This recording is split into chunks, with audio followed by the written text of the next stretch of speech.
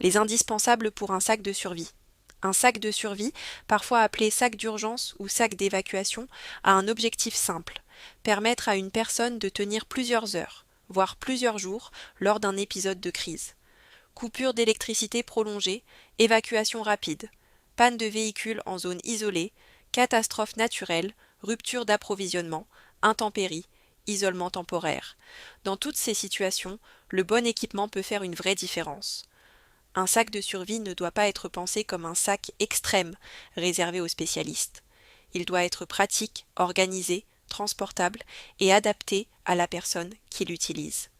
Le meilleur sac n'est pas celui qui contient le plus d'objets, mais celui qui contient les bons objets au bon endroit, dans un poids raisonnable. 1. Le principe de base, survivre, se protéger, se déplacer. Un sac de survie doit répondre à plusieurs besoins essentiels. Boire, manger, se protéger du froid, de la pluie ou de la chaleur, voir dans l'obscurité, se soigner, communiquer, s'orienter, se réchauffer, se signaler, réparer, transporter ses documents importants. Avant d'acheter du matériel, il faut se poser une question simple. À quoi cet objet va-t-il réellement me servir en situation de crise? Chaque élément doit avoir une utilité claire. 2. Le sac lui-même. Le choix du sac est fondamental. Un bon sac de survie doit être solide, confortable et assez grand, sans devenir trop lourd. Un volume entre 30 et 50 litres convient souvent pour un sac individuel. Il doit avoir des bretelles confortables, une ceinture ventrale si possible, plusieurs compartiments, des fermetures solides, une bonne résistance à la pluie, des sangles extérieures, un accès rapide aux objets essentiels. Il faut éviter de trop le remplir. Un sac trop lourd fatigue rapidement, ralentit les déplacements et augmente le risque de blessure. L'idéal est de préparer le sac, puis de marcher au moins 30 minutes avec. Si le poids devient insupportable, il faut alléger. 3. L'eau, priorité absolue. L'eau est l'un des éléments les plus importants. En crise, l'accès à l'eau potable peut devenir compliqué. À prévoir, 1 ou 2 gourdes solides, une poche à eau si besoin, un filtre à eau portable, des pastilles de purification, éventuellement une bouteille souple pliable. Il ne faut pas uniquement transporter de l'eau, il faut aussi pouvoir en rendre potable. Une eau claire n'est pas forcément saine. Elle peut contenir bactéries, parasites ou polluants. Le filtre et les pastilles offrent une sécurité supplémentaire. Pour un sac d'urgence, prévoir au minimum 1 à 2 litres d'eau au départ est raisonnable, mais cela dépend de la saison, de l'effort et de la zone. 4. La nourriture. La nourriture doit être compacte, énergétique, facile à conserver et simple à consommer. Exemples utiles: barres énergétiques, fruits secs, noix, biscuits secs, chocolat, viande séchée, sachets de soupe, repas lyophilisés, conserves légères si le poids le permet. Il faut privilégier les aliments que l'on connaît déjà et que l'on digère bien. En situation de crise courte, la nourriture n'est pas toujours la première urgence, mais elle aide à garder l'énergie, le moral et la lucidité. Il est important de vérifier régulièrement les dates de péremption. 5. La lumière. Une lampe est indispensable. La nuit, une coupure de courant ou un déplacement dans l'obscurité peuvent devenir dangereux. À prévoir, une lampe frontale, une lampe torche, des piles de rechange, une petite lampe de secours, éventuellement une lanterne compacte. La lampe frontale est particulièrement utile, car elle laisse les mains libres. Il vaut mieux stocker les piles séparément pour éviter la corrosion dans l'appareil. Pour les lampes rechargeables, il faut les recharger régulièrement. 6.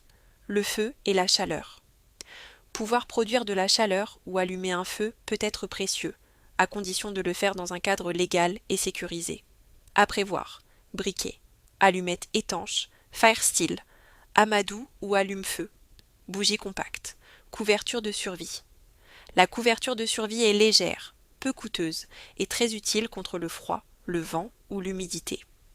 Attention, le feu doit toujours être utilisé avec prudence. En période sèche ou dans certaines zones, il peut être interdit. 7. Le réchaud-gaz. Un petit réchaud-gaz peut grandement améliorer l'autonomie.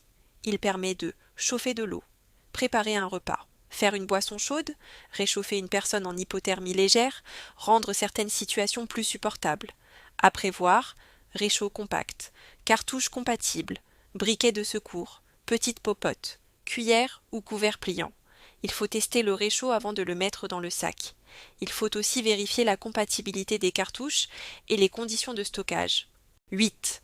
Les vêtements de protection. Le vêtement est une protection directe contre l'environnement, à prévoir selon la saison. Veste imperméable, couche chaude, bonnet, gants, tour de cou, chaussettes de rechange, sous-vêtements respirants, poncho de pluie. Même en été, une nuit dehors peut être froide, surtout avec du vent ou de l'humidité. Les chaussettes de rechange sont très importantes. Des pieds humides favorisent les ampoules, les douleurs et la perte de chaleur. 9. L'abri d'urgence. Il n'est pas toujours nécessaire d'emporter une tente, mais il faut pouvoir se protéger rapidement. Options utiles: tarpe léger, poncho, couverture de survie renforcée, sursac de couchage, petit matelas mousse, cordelette, sardines légères. Un simple tarpe bien installé peut protéger de la pluie, du vent et du soleil. L'isolation du sol est souvent oubliée. Pourtant, le sol absorbe beaucoup de chaleur corporelle. 10. La trousse de secours. La trousse de secours doit être simple, propre et accessible. Elle peut contenir pansements, compresses stériles, désinfectants, bandes, pansements anti-ampoule, gants jetables, pince à épiler, ciseaux, couverture de survie, sérum physiologique, antidouleur adapté, traitement personnel, petite fiche médicale. Les traitements personnels sont essentiels: allergies, asthme, diabète, tension, etc. Il faut contrôler la trousse régulièrement et remplacer les éléments périmés ou ouverts. 11. Les outils. Un bon outil peut servir à réparer, couper, préparer, ouvrir ou improviser. À prévoir: couteau solide, outil multifonction, petite scie pliante, cordelette, ruban adhésif solide, collier de serrage, mousqueton, fil de fer fin, aiguille et fil. Le ruban adhésif renforcé est très utile pour réparer rapidement un sac, une chaussure, une bâche ou un vêtement. Le matériel doit rester légal, adapté et maîtrisé. 12. L'orientation. En crise, le téléphone peut ne plus suffire. À prévoir: carte papier de la zone, boussole, GPS si disponible, application de carte hors ligne, crayon, carnet étanche ou protégé. Il faut savoir utiliser une boussole avant d'en avoir besoin. Un outil non maîtrisé est beaucoup moins utile. La carte papier reste fiable lorsque la batterie est vide ou que le réseau est absent. 13. La communication: pouvoir communiquer ou recevoir de l'information est essentielle. À prévoir: téléphone chargé, batterie externe, câble de recharge, radio compacte, sifflet, éventuellement petit panneau solaire. Le sifflet est souvent sous-estimé. Il porte plus loin que la voix et fatigue beaucoup moins. Une radio permet de recevoir des informations en cas de coupure Internet ou mobile. 14. L'hygiène. L'hygiène évite les infections, les irritations et l'inconfort. À prévoir: lingette, gel hydroalcoolique, savon compact, papier toilette, sac poubelle, sac congélation, petite serviette microfibre, brosse à dents compacte, protection féminine si nécessaire. Les sacs poubelles sont très polyvalents. Ils peuvent servir à protéger du matériel, isoler un vêtement humide, improviser une protection contre la pluie ou transporter des déchets. 15. Les documents importants. En cas d'évacuation, certains documents peuvent être essentiels. À prévoir dans une pochette étanche: copie de carte d'identité, copie du permis de conduire, carte vitale ou information médicale, ordonnance importante, contact d'urgence, un peu d'argent liquide, double de clé si possible. Il est aussi possible de conserver une copie numérique chiffrée sur clé USB. 16. L'argent liquide. En crise, les paiements électroniques peuvent ne plus fonctionner. Il est utile d'avoir une petite somme en espèces, en petites coupures. Cela peut servir pour acheter de l'eau, payer un transport, acheter de la nourriture, régler une urgence simple. Il faut éviter de mettre une somme trop importante dans le sac. 17. Le matériel moins indispensable mais très utile. Certains objets ne sont pas vitaux, mais peuvent grandement faciliter la gestion d'une crise.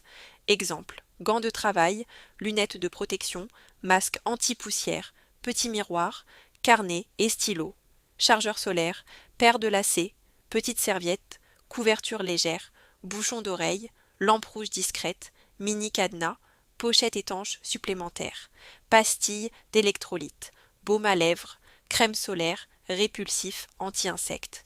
Ces objets prennent peu de place, mais peuvent améliorer le confort, la sécurité et l'endurance. 18. Le cas particulier de la marche en période de crise. Un sac de survie doit permettre de marcher sans s'épuiser. Il faut donc penser au poids, à l'équilibre et à l'accessibilité. Les objets les plus utilisés doivent être faciles à atteindre. Lampe, eau, trousse de secours, veste de pluie, téléphone, carte, sifflet. En marche de crise, l'objectif n'est pas d'aller vite. Il faut avancer de manière régulière, protéger ses pieds, boire souvent et éviter les blessures. Un sac trop lourd peut devenir un handicap. Il vaut mieux un sac plus léger avec du matériel maîtrisé qu'un sac complet, mais impossible à porter longtemps. 19. Exemple de sac de survie pour 24 à 48 heures. Pour une personne seule, sac 30 à 40 litres, 1 à 2 litres d'eau, filtre à eau, pastilles de purification, barres énergétiques, fruits secs, lampe frontale, piles, briquet, couverture de survie, poncho, couche chaude, chaussettes de rechange, trousse de secours, couteau ou multitool, cordelette, ruban adhésif, téléphone, batterie externe, carte, boussole, sifflet, argent liquide, papier protégé, gel hydroalcoolique, sac poubelle. Ce type de sac reste relativement simple, mais couvre déjà beaucoup de besoins. 20. Exemple de sac plus complet pour 72 heures, pour une autonomie plus longue, sac 40 à 50 litres, eau plus stockage souple, filtre performant, pastilles, nourriture pour 3 jours, réchaud gaz, cartouche, popote, lampe frontale, lampe torche, pile, batterie externe, radio, tarpe, cordelette, matelas léger, vêtements adaptés, gants, bonnets, trousse de secours complète, kit hygiène, outils de réparation, carte, boussole, documents, argent liquide. Ce sac devient plus lourd. Il faut donc le tester en conditions réelles. 21. Ce qu'il ne faut pas faire. Les erreurs classiques sont prendre trop de matériel, oublier l'eau, oublier les piles, ne jamais tester le réchaud, stocker de la nourriture périmée, ne pas adapter le sac à la saison, mettre la trousse de secours au fond du sac, oublier les médicaments personnels, choisir un sac inconfortable, ne jamais marcher avec le sac chargé. Le sac de survie doit être vivant. Il doit évoluer selon la saison, la région, l'état de santé, le niveau d'expérience et les besoins réels. 22. Où stocker son sac? Le sac doit être accessible rapidement. À la maison, il peut être placé près de l'entrée, dans un placard facile d'accès, dans un garage sec, dans un coffre de véhicule si les conditions de température sont acceptables. Il ne doit pas être enterré sous d'autres objets. En cas d'urgence, il faut pouvoir le prendre en moins d'1 minute. 23. L'entretien du sac de survie. Un sac non entretenu devient vite inutile. Tous les 3 à 6 mois, il faut vérifier. Date de nourriture, état des piles, charge des batteries, état des vêtements, contenu de la trousse de secours, état du filtre, présence des documents, état du sac, poids total. Après chaque utilisation, il faut remplacer ce qui a été consommé. En conclusion, un sac de survie n'est pas un objet de peur, c'est un outil de préparation. Il permet de faire face plus calmement à une situation imprévue. Coupure d'électricité, évacuation, isolement, intempéries, panne ou crise plus large. Les indispensables restent toujours les mêmes: eau, nourriture, lumière, chaleur, protection, premiers secours, orientation, communication et outils simples. Le plus important est de construire un sac adapté à ses besoins, de le tester, de l'entretenir et de savoir utiliser chaque élément qu'il contient. Nous défendons une approche concrète de l'autonomie, du matériel utile, fiable, durable et pensé pour les situations réelles. Max Airgun, Airguns, Survival and 3D Innovation.